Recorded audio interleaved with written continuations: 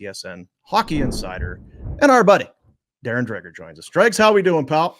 Yeah, I'm doing okay. Beautiful, beautiful day here in Southern Ontario as we get closer to the end of October. So no complaints. It's pretty We're nice. getting ready for some snow, I think, out here, Dregs. Like Monday, Maybe by Monday. Yeah, a little dusting.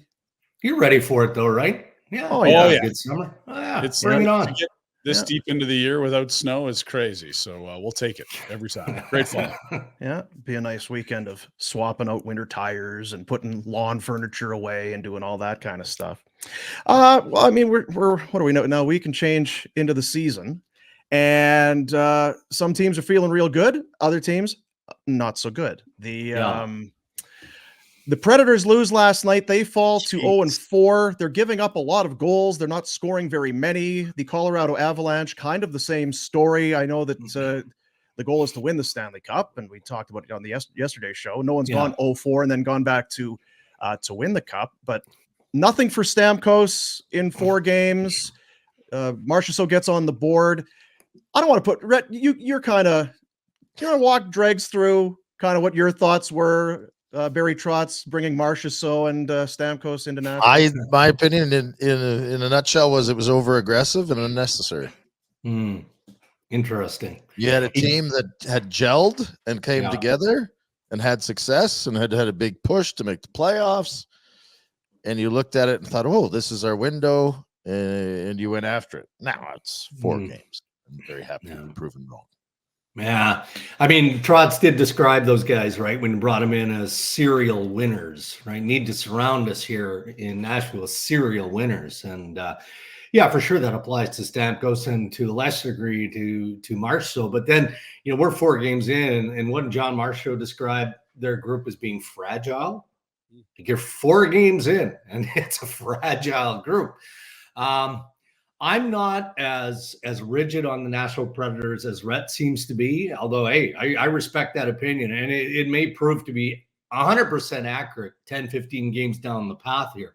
I still feel like more time is needed. Now, the guys they brought in, for the most part, are offensively driven, right? And Bruno, all coaches are believers in structure and defense first and all of those things. So we'll see whether or not some of these new guys or the group is willing to bend to play the right way first and go through some of this adversity, or if it just comes completely off the rails. But one thing I will tell you, there's a nervousness that's building in Nashville. What does that mean? I don't even know what that means. It's just when you're Barry Trotz, a newly minted GM in the National Hockey League, and to your point, Rhett, you swing for the fence. You're not trying to hit a double or a triple here to drive in a run. You're looking for the grand salami here, and it starts like this. There's not panic, but there's nervousness building for sure. Reminiscent of Treliving when he signed Uyghur and Huberdeau. I mean, it's all different, but somewhat the same. Yeah, a little bit more knee jerk, and I think at the time in Calgary there was more pressure though, right? There was more pressure on Tree from ownership, senior management, and all of that. I don't get the sense that there's any of that type of environment in Nashville. I mean, Barry Trotz, he's running the show. There's no doubt about that. And, in Tree's case, not defending him, but it was knee jerk, right, to what happened with Johnny. And then obviously Matthews said, I'm not here for the long term, so here's where I'll go. And that is essentially it. And he was blocked with a market that was still hungry and an ownership group that still wanted to win. So not dissimilar in terms of, what the ultimate goal is, and that's to expedite a process to get closer to winning. And so far, it's just not proving that way. Yeah, even the press conference and the availabilities that Treliving held after that, it was all emotional conversation. It was a punching back, fighting back for the city. It was very not logical X's and O's. It was very much we got to prove something to other people, and that seems to be when GMs get over their skis, when they're chasing emotions rather than logical decisions. Yeah, no, that's fair. Again, we're 4 games in, and we used to. It was never fun for me because I was the stooge that had to get on national television, and part of my assignment was pick a hot seat candidate. Yeah. And it was always for the season preview. These guys haven't dropped the puck yet. And I'm already putting coaches and general managers. You got the Grim Reaper cloak on.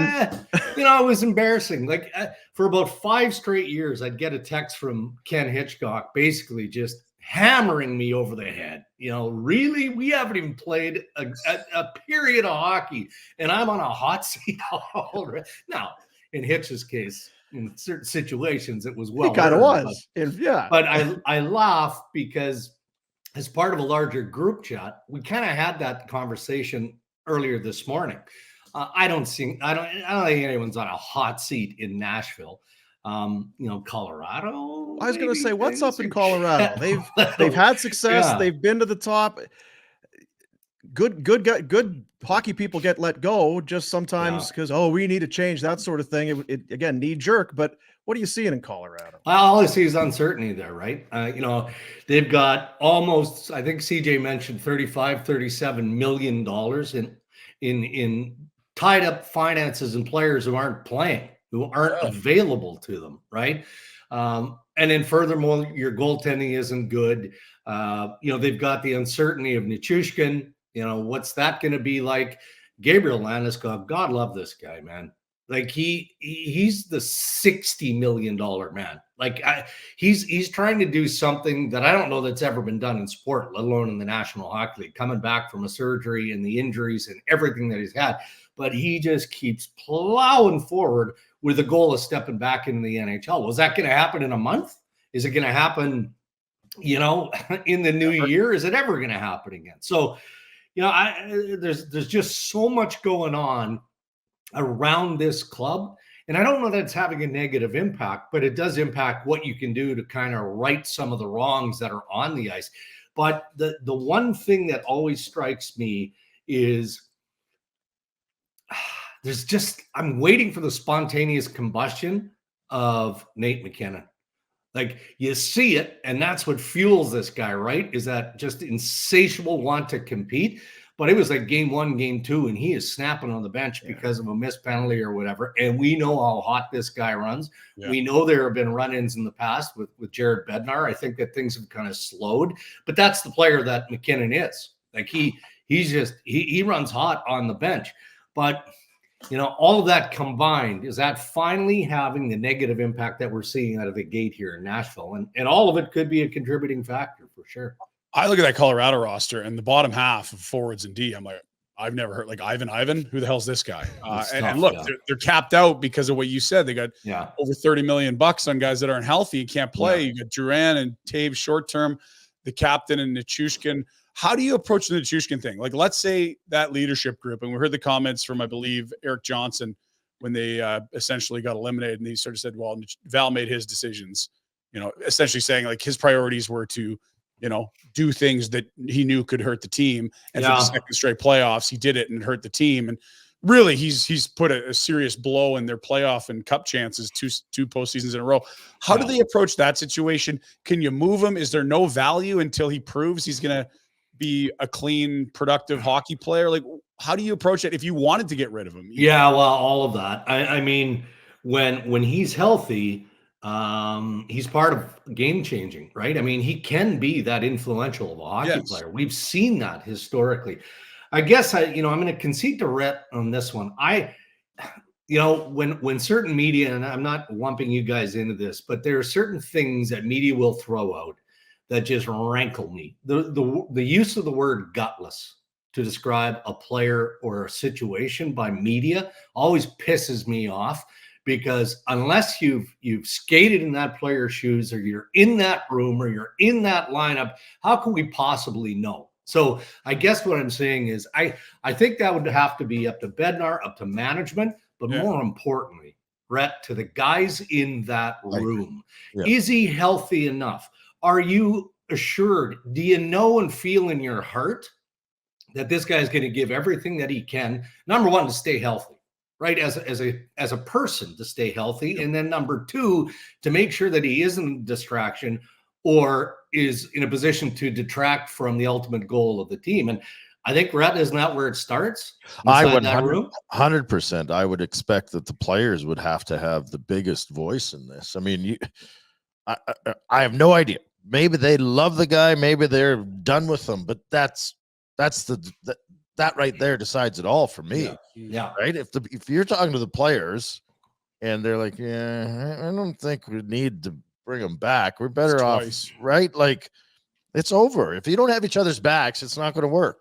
Yeah. And I'm not trying to predict whether they do or they don't, or what it feels like in that room towards Nichushkin, but to me, it would be the player's decision. What do you guys want? And then the GM's job is how do I get value out of it? Like, boys, can we have him for 2 weeks just so I can showcase him? Like that's kind of the fine balance, because the GM's job is to try to not lose this guy who could be a perennial all-star for nothing, right? Yeah, and tough comparison here, though, fellas. Like, there are always managers out there, clubs out there with the support of ownership that are willing to risk and gamble. And, not comparing players who are situations, but I think of Callum McCrimmon and the Vegas Golden Knights acquiring Jack Eichel from the Buffalo Sabres. There was zero guarantee that the surgery that Eichel had was going to work. There was some chance that he wasn't going to be able to play, and Buffalo wouldn't, go to the lengths that were needed to allow him to have that surgery. And it's worked out marvelously for Jack Eichel and for the Vegas Golden Knights. So there's always going to be a general manager. They're going to want to have their multiple conversations with Nichushkin. But if Colorado gets to that place based on this player, and if he's healthy and they decide they're going to explore trade, they'll be a team with interest. Read a thing this morning, and I know, so in St. Louis, they've had like Al McInnes, pretty good player. Chris Pronger, pretty good player. They've had some. Last night, Philip Broberg set a Blues record for a D-man getting points in each of his first 5 games. He is a point-per-game defenseman through the first week and change. I was told he wasn't worth that contract, Dean. I don't know. Is that what are you talking? I don't know what you're talking about. Calgary Dregs. Come on, you know your audience here. That's outstanding. I mean, if you would like to advance the conversation, maybe. Well, here's the deal. So, I deal with player agents a lot, obviously, in what I do. And I probably had 10 conversations with Darren Ferris, who represents Philip Broberg, over the course of last year from training camp forward, right? And for cap reasons, for a variety of different reasons, they just didn't see the fit of Philip Broberg in that Edmonton Oilers dynamic at the start of the year, and then over the course of the year, and then until they needed him in late in the season in the playoffs, did it become evident that, okay, maybe there was some maturity that needed to take place, the growing pains of a young defenseman and all that. He looked pretty good. I mean, he looked pretty good, didn't he? But then they're backed in through a myriad of decisions in an effort to win a Stanley Cup into a corner where, obviously Doug Armstrong and the St. Louis Blues said, we think this guy can play. He should be an everyday NHL defenseman. And if he can't do that in Edmonton, then we're going to take our swing. And they used the hammer of the collective bargaining agreement to do something that so many teams should do, and almost nobody does. Yeah. Almost nobody does. And in this case, it made the St. Louis Blues that much better and the Edmonton Oilers that much worse. Like, we can't envision a scenario where Philip Broberg could be helping that Edmonton Oilers blue line right now. Come on. Yeah. Come on. And, and this isn't a knock on Holland or Bowman, I guess, but it sure feels like you had to find a way, because you're going to have to spend asset to fix that blue line at some point. The top players, Leon got spanked the other night, and I guess they responded and found a way to claw back and win that game against Philadelphia. And now they win 2 in a row. So the ship has been righted there. So your top players, first and foremost, have to find a way to perform. But look at the 3 pieces that they don't have on that blue line that I never thought I'd be talking about as they miss: Cody Ceci, Vinny Desharnais, and Philip Broberg. I'll play the right side too. And look at the players that they've had to use to replace them. And with all due respect, those guys just aren't. They're not as good as those guys. So it is an area that they're going to have to fix. So I'm glad that Philip Broberg is having a hell of a time in St. Louis, because he was ready to be an NHL defenseman. Well, and Jeff Jackson's got responsibility here too, Dregs, because Ken Holland, they knew he wasn't coming back. Yeah. And Stan Bowman wasn't announced till later. And on July 1, you are horny as hell to go sign 30-plus forwards, one that had just been bought out.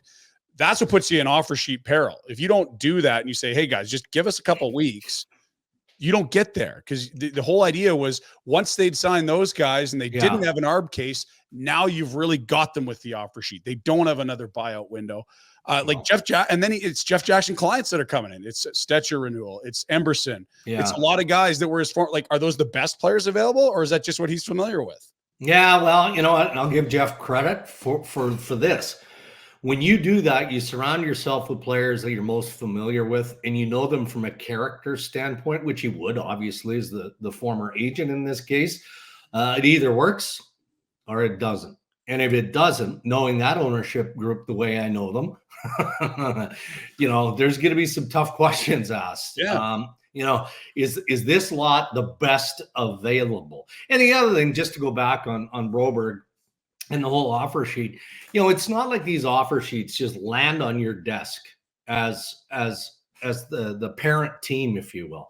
I guarantee you that Darren Ferris had lots of conversations with maybe Jeff and Stan Bowman, whoever, with the Oilers to say, hey, we need to get Broberg done here.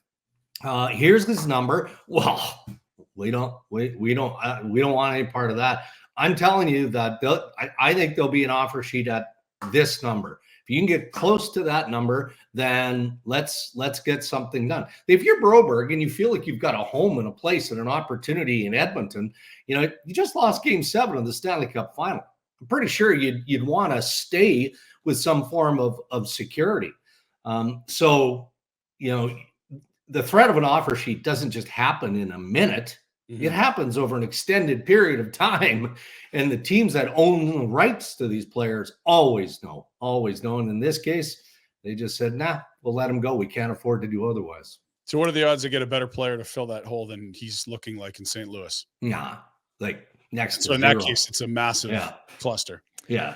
So in those conversations that you have, and maybe it got there, maybe it didn't, but we're kind of led to believe that the Flames were very close to doing the same sort of thing, if not for both Holloway and Broberg, then Broberg at least. Are you of the same thinking there? I'm not. I don't know how close Calgary was, but I wouldn't be surprised that they got close. Again, you know, you do have to do the connecting of the dots here.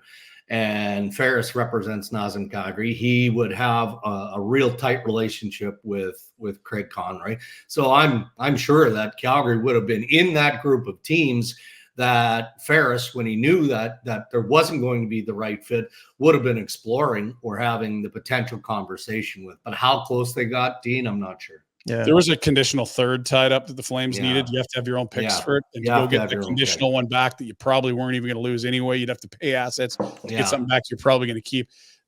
It sounded like they considered it seriously from the intel I had. But St. Louis, it's a masterclass, especially when you get the two of them. And hopefully, Dregs, this shows other teams it isn't just some old boys handshake club like we go have pops together and no one hurts. Like this is Blues, hopefully, and other teams will use this weapon. Okay, hold on though, because that just tweaked something. Here's something that everybody probably knows. Ken Holland and Doug Armstrong are super close. Golf buddies, yeah. Very good buddies. And look, they've had a tremendous success with Hockey Canada, right? In past international management regimes and whatnot. I'm not suggesting that there would have been any insider trading, but this one could have been a little sweeter for Army to swoop in and just show a team that maybe didn't necessarily do right by his buddy Kenny moving forward here. That, all right, you know, you guys you're going through some upheaval here. There's a change in management. I'm pretty sure that Armstrong isn't doing that with Ken Holland as general manager of the Edmonton. Don't know that. I mean, he wants to win above all else. But of course he's going to say that. Yeah, of course. Yeah. And that's really what it comes down to, I guess. Dregs, right, is just the fear of reprisals, that you'll be left vulnerable with your own RFAs down the road, and then you're going to, because we have seen it. Well, yeah, but you're right, Boomer. But so here's what happens. Like, I'll use another Canadian team as an example. So we know that, you know, Winnipeg and the Cole Perfetti camp, you know, went much longer than anyone expected in getting that 2-year bridge done. And I'm sure that, Kurt Overhart and Cam Stewart, who represent Cole Perfetti, were hoping that somebody was going to swoop in with an offer sheet. Okay. Well, that's fine. But if you're doing your work, and again, it's not like Doug Armstrong, to go back to this, wouldn't have called Stan Bowman or Jeff Jackson to say, hey, I'm offer sheeting, or they would have known that to just reiterate my point. And if that had happened in Winnipeg, I guarantee you Kevin Cheveldayoff would have said, go ahead, offer sheet him. Mm-hmm. You're just you'll make my summer easier. I'll get on with my summer because I'm in a match, and you're going to look like a moron for doing this. And on top of that, you're pissing me off. And chances are I'm not going to do business with you unless it's going to benefit me moving forward. So these things, I wish they happened more. They should happen more, because you're just utilizing the tool in the CBA. But there is some kind of behind the scenes gentlemanly behavior that prevents it from happening more. Yeah, even the Blues, they give up a third and a kid's rights to Edmonton for nothing. And you're like, that's helping this along. This is there's conversations happening here. Sure. I don't know if we lost Boom or not. Wanted to get a quick thought from you on the goaltending market. There was, we've talked a lot all summer about what Igor Shesterkin wants to do. And now we've seen Swayman and Ottinger. You can build cases for them to be top 5, top 10 goalies in the world. Yeah. Both signing identical 8 times 8.25. Linus Ullmark won a Vezina a couple of years ago. He signs for 8.25. Are we seeing sort of a new bar being set or a new standard, or is Igor irrelevant because he's better than the guys you mentioned? Yeah, that isn't going to put a damper on the negotiations from Shesterkin's perspective. I don't know if I've mentioned it on this show before, but I'm going to revisit it because I don't think enough has been made of it. When you're an elite level goaltender like Igor Shesterkin, or an elite level player, we always get caught up in the advantage of having that 8th year. It doesn't really matter in the grand scheme of things, because if you're Igor Shesterkin and the max you can sign as an unrestricted free agent in the summer is a 7-year, okay, all right, that's fine. I'm going to pick the situation I want to go to. Maybe it's a tax friendlier state than New York. Right. So I can make up my money there. Or, you know what? I think I'm going to feel pretty good at the end of my 7-year run. And I'm going to sign a 1-year deal at $8-9 million there to stay with that club, or go some, like, the money to the top end guys like this when it comes to free agency, that 8th year doesn't mean squat. What matters, I think, is the window that Shesterkin believes that he deserves to get paid in. And that's somewhere between 11.4 and 11.7 on an annual average. 11.7 would make him the highest paid New York Ranger, just slightly ahead of Artemi Panarin.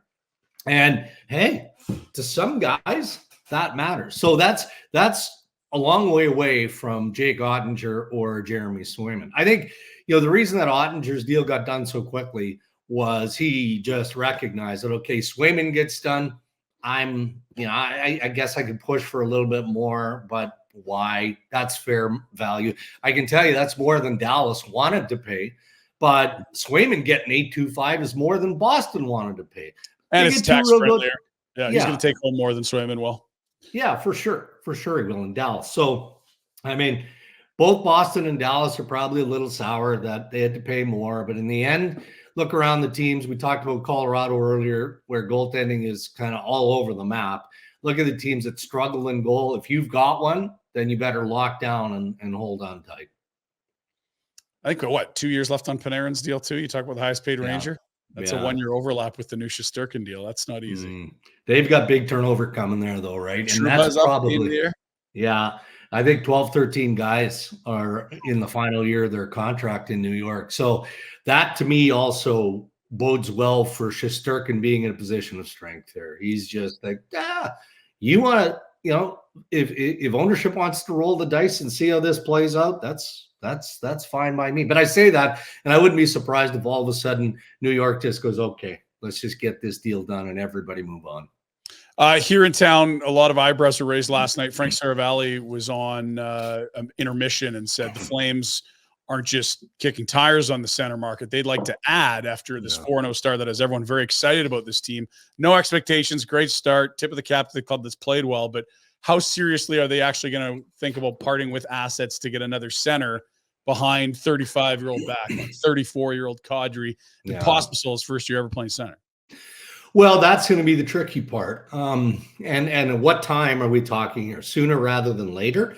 And who's available? Like, which center is going to pop free into the market at this stage or in the next 25 games? That's the tricky part. And, is there an appetite for it? Sure. I mean, why not? When you look at the middle of the ice, I mean, I said going into the season that I was convinced, mostly by people around the Calgary Flames, that this forward group was going to be better than what it was being given credit for going into training camp, going into the regular season.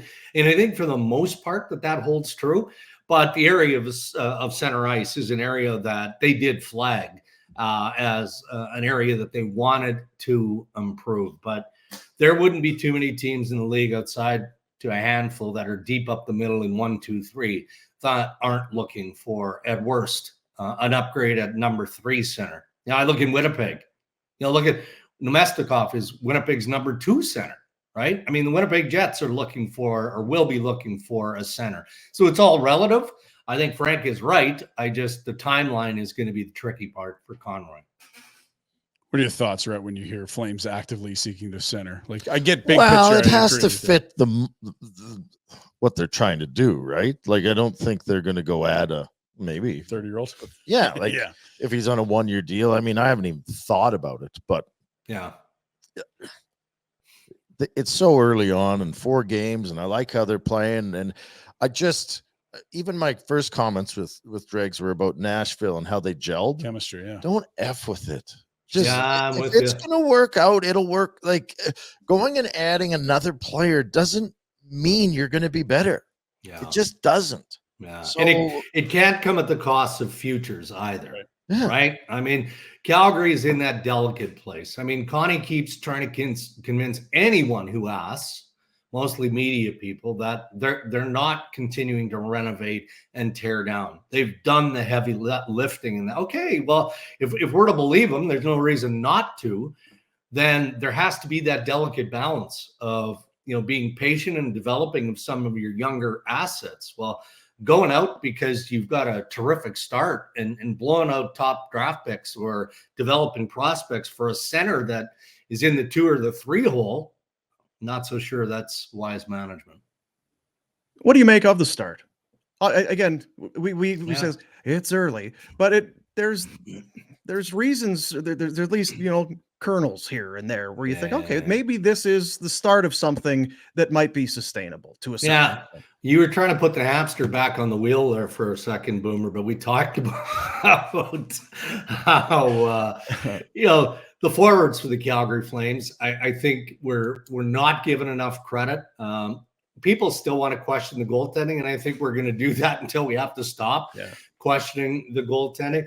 I think that mindset matters a whole lot. And I think that, number one, you've got some key pieces here, especially the veteran guys, and we've named them like Backlund and Kadri and Jonathan. Let's stop talking about and worrying about Jonathan Huberdeau going back to the numbers that he posted with the Florida Panthers. It's just not going to happen. But if you get the Jonathan Huberdeau that you're getting now moving forward, there's nothing wrong with that. You can live with that. So I think that there's a high level of belief inside that room, as cliche as it sounds. And I'll tell you, if they can maintain that attitude, that can smooth out a lot of wrinkles, and you can get through stretches where, you wish you had a little bit more depth in this area or that area. But I think it's sustainable. I mean, come on. Sustainable being you hang in the mix, right? You find a way. Yeah, not sustainable trying to lock down first place overall in the Western Conference. I mean, that's not going to happen. So what's up for the next week? What does TSN have you doing? Who's on the hot seat? Yeah. I know you love that. Freaking hot seat. You know what? It was a pretty decent week. Not a whole lot going on. I think there's always something going on in the hockey world, but you know what? Just kind of we're into the grind now. Now that we're through the first week of the regular season, you guys know you hit your rhythm, you hit your routine, and you just kind of go after one day at a time. So Yeah, nothing special, Boomer. Nothing special. And before we go, just the question we had on yesterday's show, we do a little Great Clips inbox. The question, I guess I'll just kind of paraphrase. If you were at a friend's house and you clog the toilet and there is no plunger, what do you do? I don't know if you saw any of that yesterday. Oh boy! Wow! I can't. That's a hot seat. Hold on. I guess what I would do is go tell the owner, not the wife, but the husband. Chances are he's a buddy. Sorry, dude. You know, I had honesty. I had a 16-ounce prime rib for lunch, and it's just not right. But I can't share the identity of this individual, but this happened probably about 20, 25 years ago in my house. Had a buddy staying over. And needless to say, we can see stuff floating out from under the doorway of the bathroom into the main area. See, I'm going through my head. Okay, 25 years ago, you were with who and who was there? That doesn't make you bad, right? It's just not bad guys, just bad plumbing. Yeah, that's what it was. Yeah, just bad plumbing. That's right. Have a great week, buddy. You too, fellas. There you go. Darren Dreger, TSN Insider. On the hot seat. That's right.